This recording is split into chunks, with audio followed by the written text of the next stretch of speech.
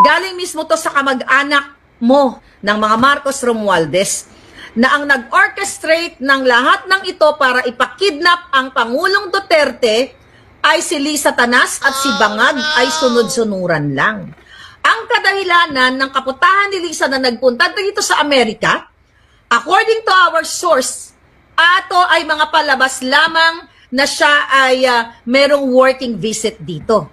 Pero yung pala in preparation, according to our source, na siya ay natatakot na kapag ginawa nila, kasi destined siya, talagang ano siya focus siya na gawin ang pagpakidnap kay Pangulong Duterte. Okay? Kung sakaling magkaroon ng revolusyon sa Pilipinas, ay safe na siya dito sa Amerika. Ito mainit-init na impormasyon, ha? Alright.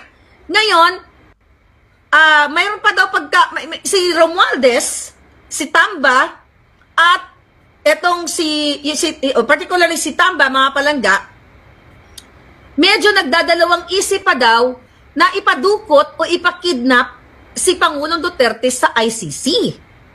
Pero sabi ni Lisa, hindi, talagang kailangan kidnapin, ipadukot ang Pangulong Duterte at ipagkanulo sa ICC.